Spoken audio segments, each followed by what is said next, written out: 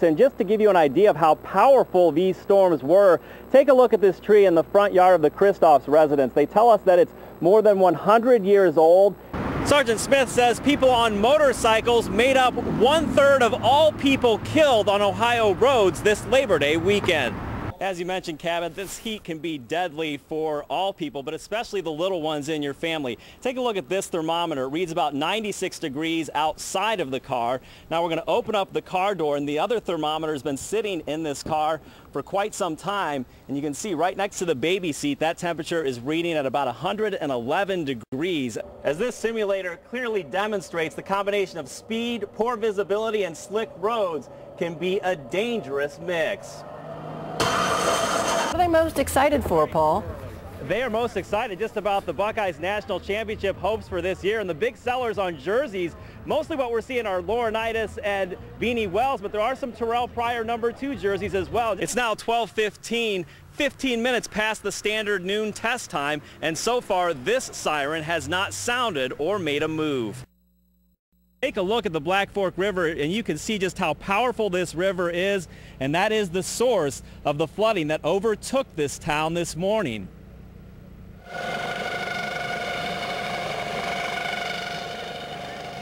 Leroy Patton lifted to safety from the roof of his business, Patton's Moving Services, in downtown Shelby. You just never think it's someone you know. You know, that's where it really hits you. The waters rushing through downtown Shelby were too turbulent, so a Coast Guard helicopter came to the rescue, lifting 2 men to safety. Emergency officials called for the Coast Guard helicopter because the current of the floodwaters was too strong, even for one of the state's 90 horsepower rescue boats. And they said they had it full throttle and still were barely able to maneuver through the water. It was a true swift water rescue. The fast-moving floodwaters filled Sean Mowry's basement, then rose about 4 feet above ground level. Destroyed everything in the bottom of our house. Our couches, TVs, DVD players, computers, guitars, everything. It's gone. And we are back live along the Black Fork River here in downtown Shelby. Now, the American Red Cross has set up a shelter for those displaced by the flooding here in Richland County. That shelter is located at Shelby High School. We will have much more on the flooding coming up at 6, including more of that dramatic helicopter rescue video. For now, reporting live in Shelby, Paul Stelzer, NBC4. Paul Stelzer has tonight's Crime Watch report. Welcome to Bremen Lumber and Supply. He come in, he looked real professional, he had all his paperwork in order. James Cable, the manager of Bremen Lumber and Supply, says the offer from Barry G. Bueller of Lancaster seemed legitimate. And he just basically laid out the sales spiel about getting the ads out on the school websites. Bueller allegedly told Cable the ads would appear on websites with sports schedules for nearby Fairfield Union and Liberty Union schools. Sheriff Dave Phelan says Bueller took a total of more than $1,000 from 6 Fairfield County businesses, including Bremen Lumber. That money was not given to the schools. Then we feel that he's a con man and he has been criminally charged. Charged with 5 counts of theft, but that's little consolation for Cable, who doesn't know if his store will get its money or sense of trust back. Especially with the school system involved, we love to donate to them, and this kind of makes you wonder about things. In Bremen, Paul Stelzer, NBC4.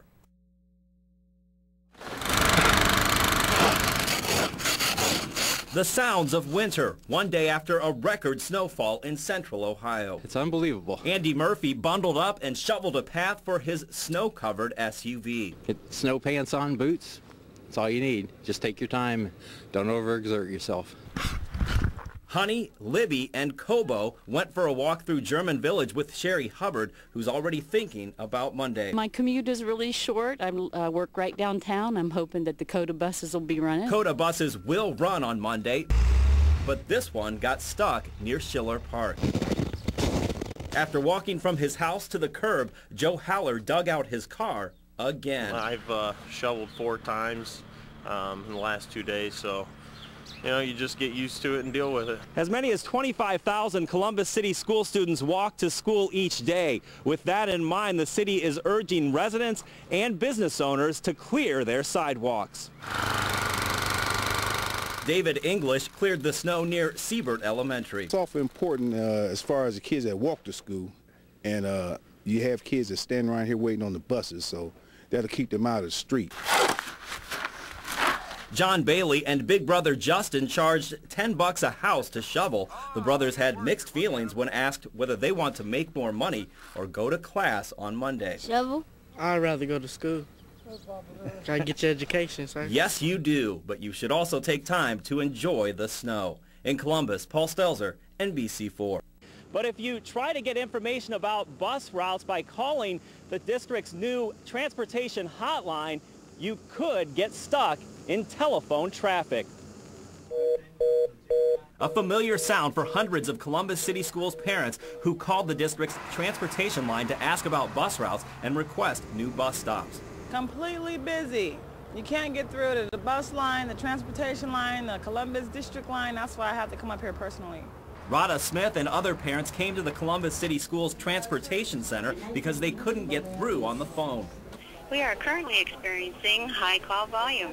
We're getting 800 to 900 calls a day. Most of these are people with address changes or wanting to add bus stops. So it is a challenge. We're doing the absolute best thing we can and trying to be very responsive.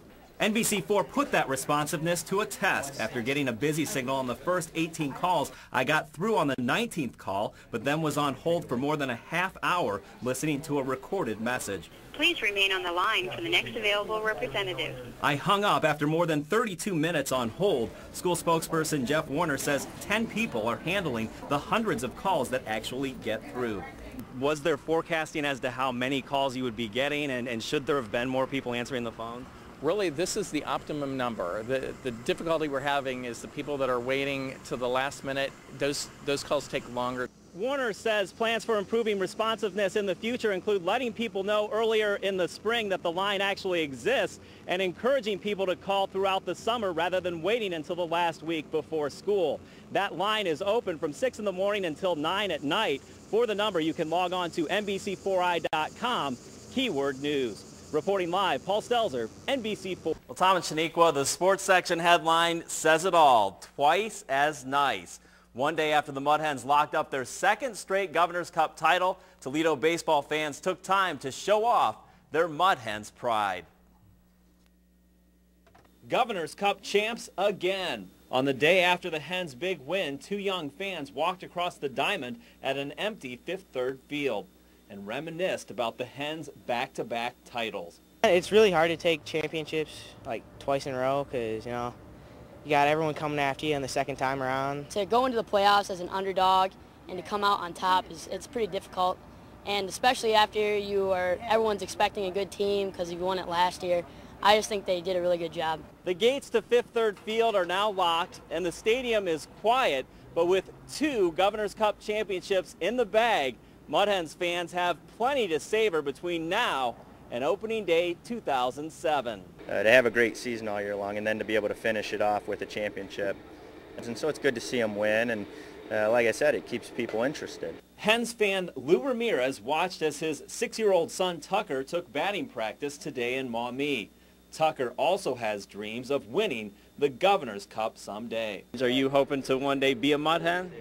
Yes. One fan who celebrated at Paco's at the Park is happy about her hens and already looking ahead. Well, I think that's super. I would like to see them wait for next year, win 3 in a row. But first things first, the Mud Hens will hold a celebration rally at Fifth Third Field on Wednesday. Gates open at 6 o'clock. Eric will have much more on the Hens championship win coming up in sports. For now, reporting live, Paul Stelzer, NBC 24 News.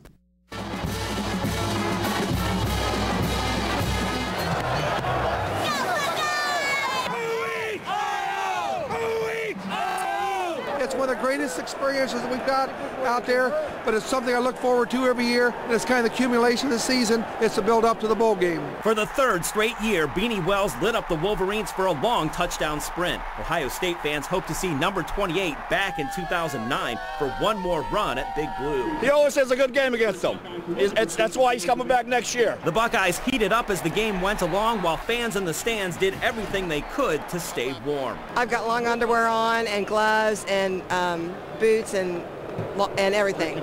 Drinking lots of coffee. Senior co-captain Todd Beckman had one last hurrah in Ohio Stadium, tossing this touchdown pass to Brian Hartline.